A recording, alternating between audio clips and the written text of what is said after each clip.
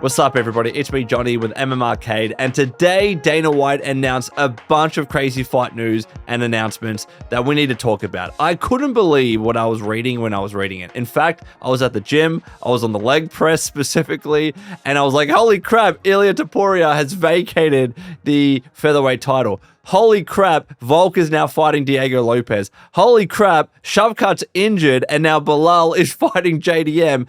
And then Leon Edwards is fighting Sean Brady at UFC London. Like, there was so much in that, plus a bunch of other fights that were announced as well, and especially UFC 314 has been firmed up as a card. So we're going to be going through it all. I have all my notes here. Bear with me, there's a lot to go through, and I want to make sure that I don't miss anything.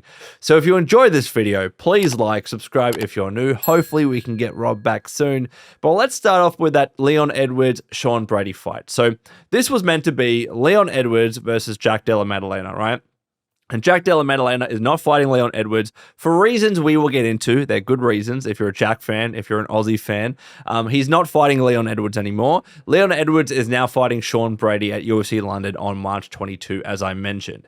Now, Sean Brady actually told Ariel Helwani in a previous interview that he wanted this fight. He actually wanted this Leon Edwards fight, but they went with JDM instead. I believe that his partner is like giving birth at around that time as well, so let's see how that works out for him. But good for him getting the fight that he actually wanted. Clearly, he wanted to be active. Clearly, he wanted to fight Leon Edwards. And the fact that he was there, ready and willing, accepting this fight, like, it seems like the stars have aligned for him. I'm sure some people would argue, should he have been put in that position instead of Jack Della Maddalena? I would say, I don't know, man. Like, Jack's such an exciting fighter. Yes, Sean has been more active because Jack had that really horrific injury and the series of infections.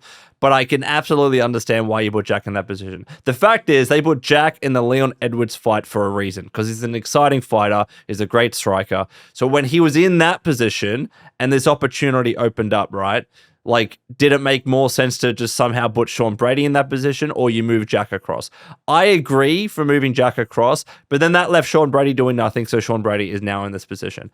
And this is a really tricky matchup for Leon. Leon is not getting the rub of the green here because he was training very much for a striker, a great boxer in JDM, and now he's getting Sean Brady, which, man, his wrestling, his grappling in particular, is freaking next level. His only loss is to Belal Muhammad, and that loss has really aged quite well. Like, if you consider at the time, people were like, Sean Brady getting TKO to Belal Muhammad, what a crap loss. He's now the bloody champion, right? And he showed what he can do against the likes of Sean Brady, against the likes of Leon Edwards. So his loss to Belal Muhammad has aged quite well, but that's been his only loss, right? Every other fight he's won. Leon really needs to be careful that he doesn't get manhandled like he did against Belal, right? Like, his takedown defense needs to be so bloody on point. He needs to be constantly on the guard for submissions. We know how good Brady's game is when it comes to jiu-jitsu, grappling, so his submission game.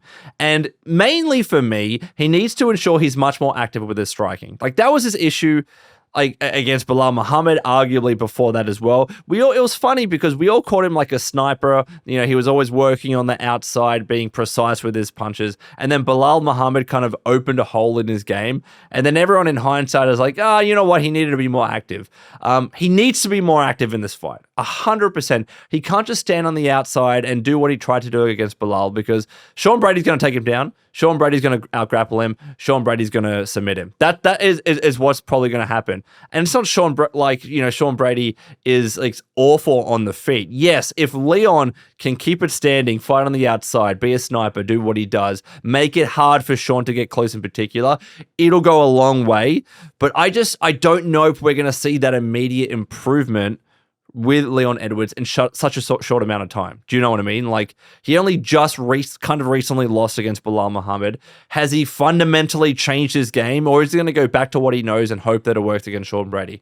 I don't know. My early prediction right now is Sean Brady. I think Sean Brady's going to similarly do, what Belal did against Leon Edwards. take him down a lot, single legs, double legs, whatever it might be, and potentially even submit Leon. Leon just needs to make sure that his takedown defense is on point, as I mentioned.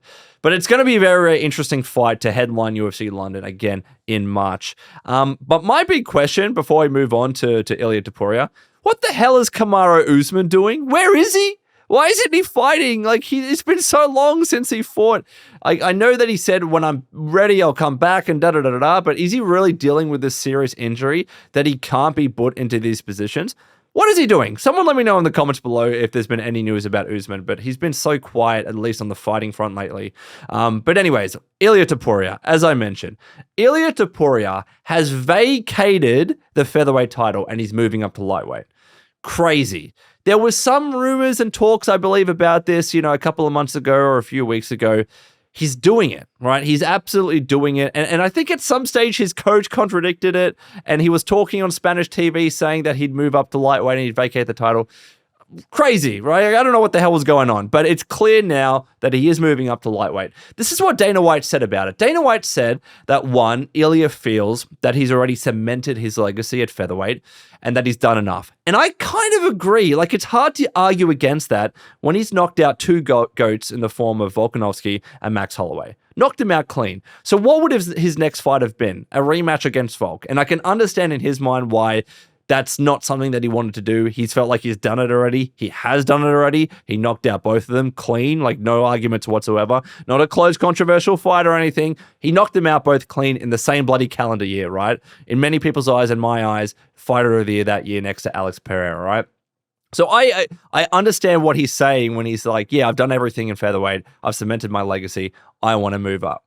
And apparently as well, according to Dana, the weight cut is getting harder for him. I call BS on that. If Max Holloway can cut down to freaking featherweight, you can too, Ilia. Like, I don't believe the whole weight cutting thing. Sure, it gets harder as you get older, right? And we see so many fighters move up in weight as they get older because the weight cut gets harder. So maybe that is a little bit of a factor, but I think it's more the legacy thing. I think he wants to say that he's been double champ. He's long said that he wants to make as much money as possible, cement his legacy, and dip. He wants to retire. I think he said like 33 or something, super, super early like that. I could be wrong on that. But so yeah, maybe the weight cut was an issue, but I think it's more his legacy and he's done it all already in featherweight, according to him. But apparently, though, his next fight's not actually locked in, and Dana's going to announce this when ready. Now, Ariel Helwani does say that he has heard the plan is, of course, Ilia Topuria against Islam Makhachev to fight later this year for the lightweight title. Perhaps International Fight Week in June. This is obviously the fight to make. It is the biggest fight to make at lightweight, bar none. Yes, Charles Oliveira, huge name. It'll be great to see him back in there. Great to see the rematch.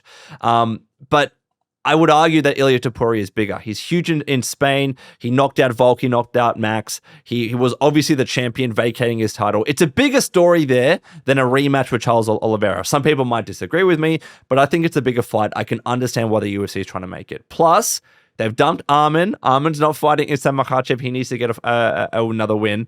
And also, Charles lost to Islam. So I get it. I get why they're making this fight.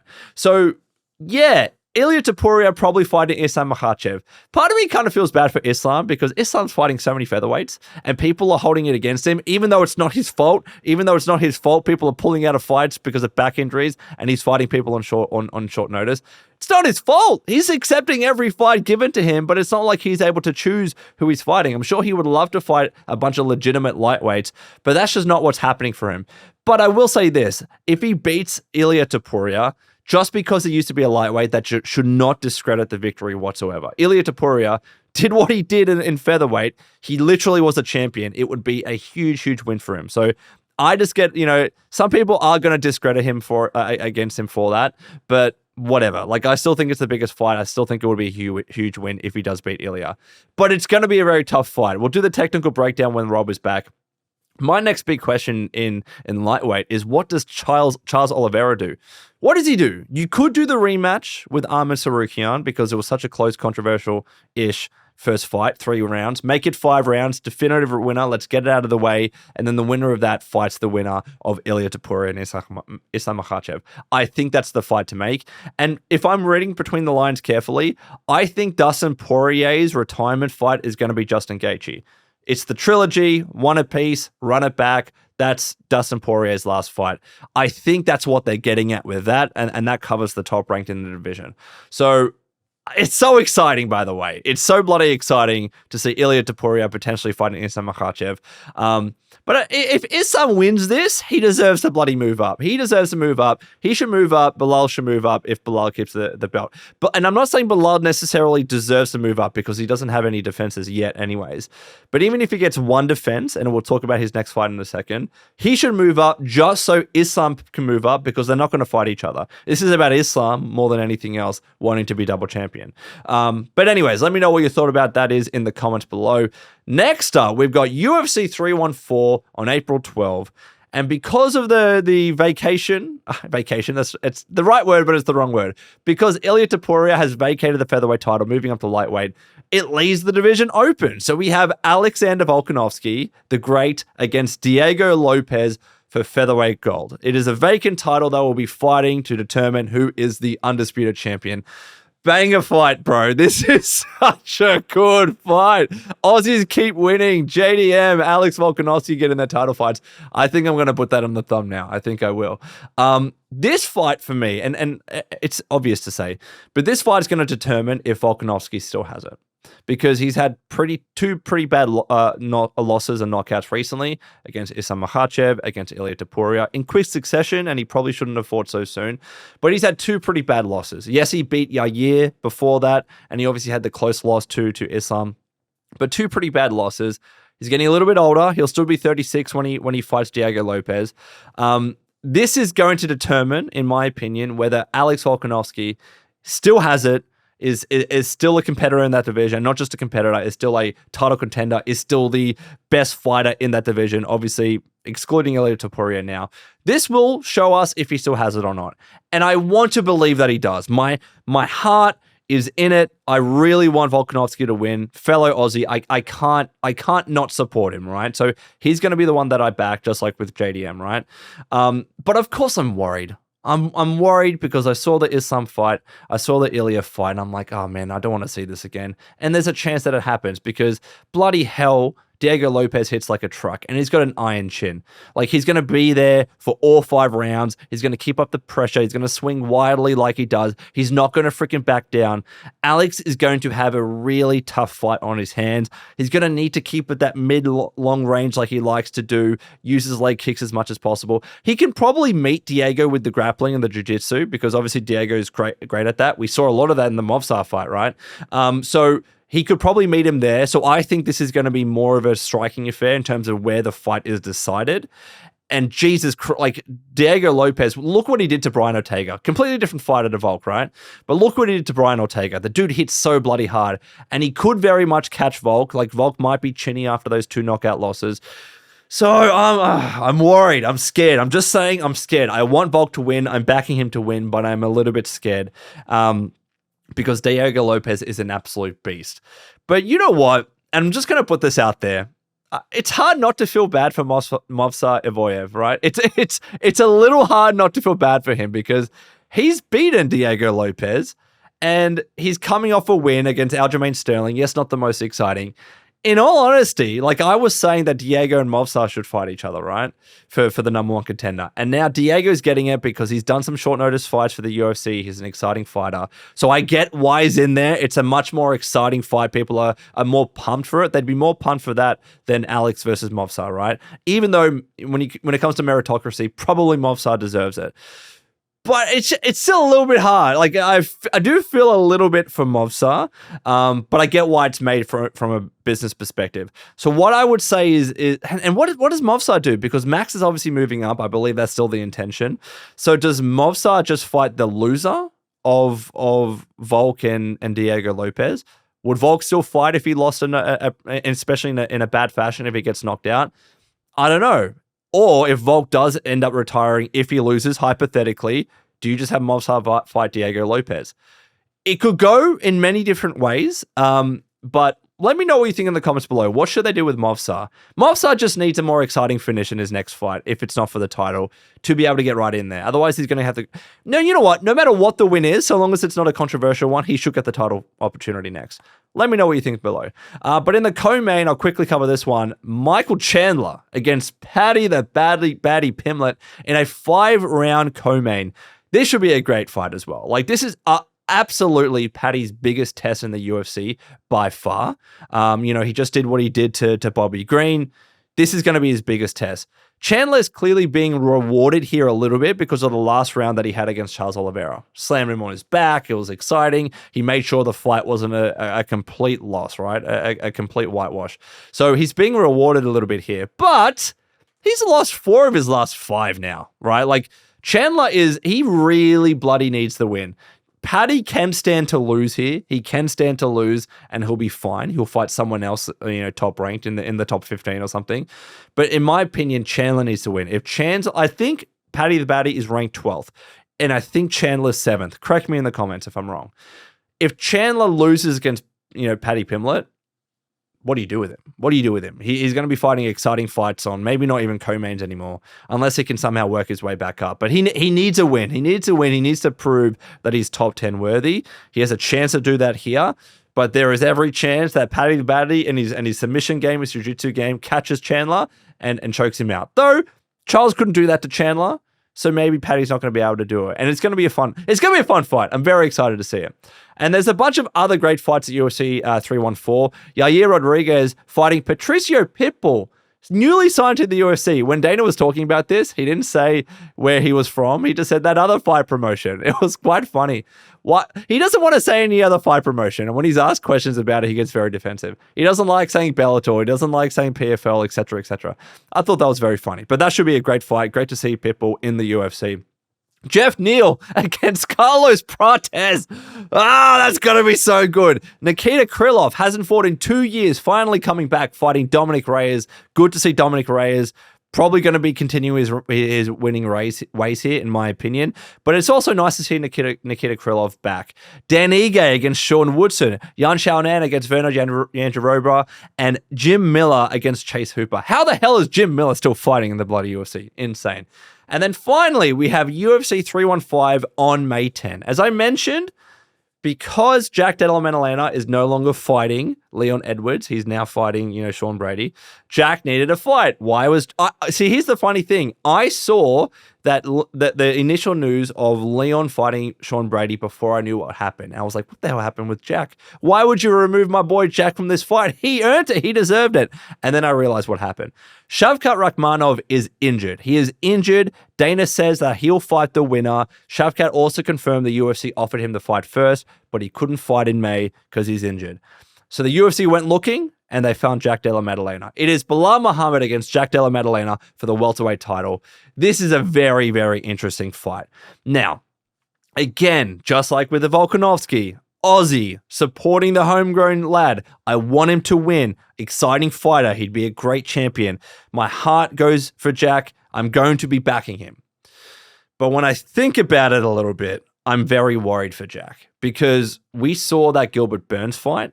I think Gilbert Burns got taken down by, Jack Della Maddalena, got taken down by Gilbert Burns 7 times in that fight. 7 times. Single legs, double legs. The third round was very precarious. He was on his way to lose that fight. If he didn't catch the knee, or if he didn't throw the knee and catch, Gilbert Burns coming in, he loses that fight. And then he's no longer in this position, right? He was so close to losing that fight. He got taken down a fair few times. And we know what Belal is like. We saw Belal against Leon Edwards, double legs everywhere. It was freaking Habib style, training with Habib. Clearly that shone through. He took down Leon so bloody much, spiked him on his bloody head. I'm worried that this could happen against Jack Della, especially over the course of 5 rounds, especially with Belal's cardio. I'm worried that Jack's not going to do enough because it's not even like, if you remember the Gilbert Burns fight, and I just rewatched it, it's not as even like Gilbert Burns tried for a few takedowns and failed a number of times. Like Jack's takedown defense was so good, and then eventually Gilbert Burns got it done. Gilbert Burns took him down in the first round so quickly with a single leg. And then at the end of the first round, so quickly with a double leg. Like Jack really struggled to stop the takedowns. And I'm worried that he's going to struggle again against Belal Muhammad. He cannot be taken down, because if Belal does what he does against Leon Edwards, constant jabs and takedowns, Jack will lose this fight. And he won't be able to. I'm so worried. I'm so worried, and I don't want to be. But this is the big difference, and I want to give it up for my boy Jack.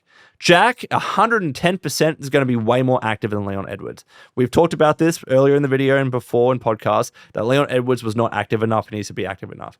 That is not Jack Della Maddalena. Jack Della Maddalena is not going to stand on the outside and snipe in and let Belal come in and allow Belal, to put too much pressure onto him, right? He's going to meet him. He's going to trade with him. He's going to box. He's going to throw combinations. He's going to counterpunch. He's going to work the body. He could even catch Belal with a knee coming in, right?